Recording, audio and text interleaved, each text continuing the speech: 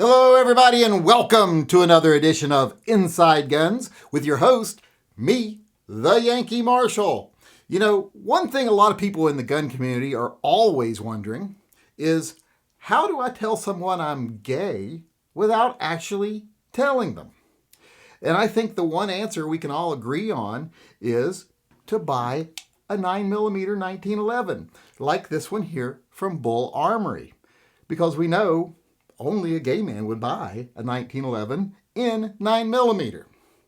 Now, of course, I'm just kidding. Gay men are way too masculine in general to ever buy a 9mm 1911 because they know they should always be 45. A 1911 should never be 9mm. Now, I have one here right now.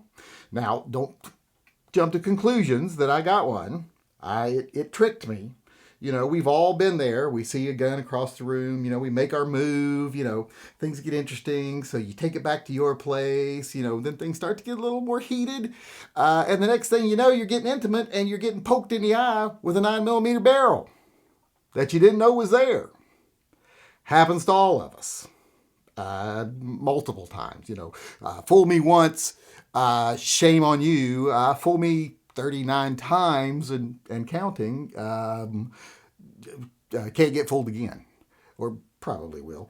But that's how I ended up with one, and now I have one here.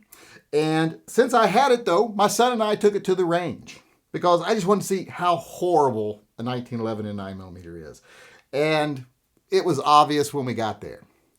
The shortcomings of the 9mm just really stand out at the range when you're talking about a 1911. First off, it wastes ammo like crazy. Now you might be wondering, how does it waste ammo?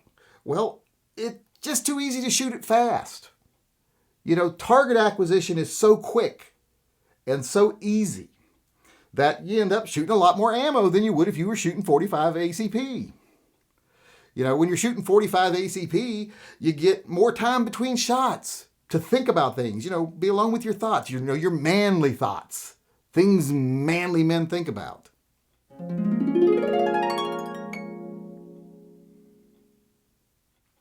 Okay, where were we?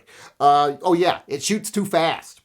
Even my son noticed that, boy, this really gets on target quickly. It allowed him to shoot more accurately, much faster than he does with his 45 ACP government-size 1911. However, he did redeem himself by saying it didn't have the big boom and recoil of the 45 ACP, though. He missed that. And he's absolutely right, because that's what needs to be there. That's one of the reasons it needs to be there. Because we all know, when you're choosing a carry gun or a range gun, things like fast target acquisition, that's not what we're going for. It's not what you want. What you want is the most noise and muzzle flip you can possibly get from the gun. That way people notice you're shooting a gun. How else would they know otherwise? So that's another reason why it just doesn't work. There's barely any muzzle flip, and, it's just not that loud. You could probably shoot this without ear protection and not even die the first couple times. And I sometimes forget to put ear protection on, so that's sometimes a good thing. But like I said, the shortcomings are just so apparent on it when you take it to the range. A 9mm 1911. Although this one is beautiful, I will have to say that. It looks really good. This is one of the best looking 1911s I've ever seen, including the barrel. I like the fact that the barrel, since it's 9mm, there's more metal exposed. And this has a nice flat cut front barrel. So looks really nice. In fact, the gun itself is, stunning. It is beautiful. Fabulous even. So that's what is wrong with it. Like I said, you want your 1911s to be ugly. Man's gun, ugly gun. This gun, like I said, does everything wrong. Even the caliber, the performance of the caliber. Modern 9mm performs so much better than 45 ACP in almost every way. And you can't have that. If you've got a round that works, works well, that looks like you're compensating for something. And I don't like the dimensions of 9mm. I like the short, fat 45 rounds. They make me feel less insecure. So The caliber is just wrong for the gun platform. Like I said, if you want to tell people you're gay, this would be a way to do it. Although it is a way that if you are someone who is maybe a little sensitive and can't handle a 45 ACP 1911, you can carry one of these, and as long as the barrel is covered in a holster, no one will know. That's the awesome thing. If you just scratch the top part off here, what says it on the barrel, no one would know you're not carrying a 45 ACP 1911. That's the one saving grace of it. So with all that being said, I will give you a more in-depth review of this gun and how horrible it was in a day or so. But for now, I just wanted to show it at the range to showcase its inadequacies, because I think it just helps all of us agree that if you're going to have a 1911, it should be as God intended, and by God, I mean Browning. It should be 45 ACP.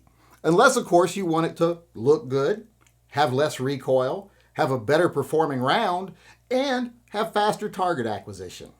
Unless you want those things, should definitely be 45 ACP. All right, everybody, that's going to be it for me today, because I've had about 3 hours sleep in the last 48 hours. And this video is probably evidence of why I should not do videos when I've had 3 hours sleep in the last 48 hours.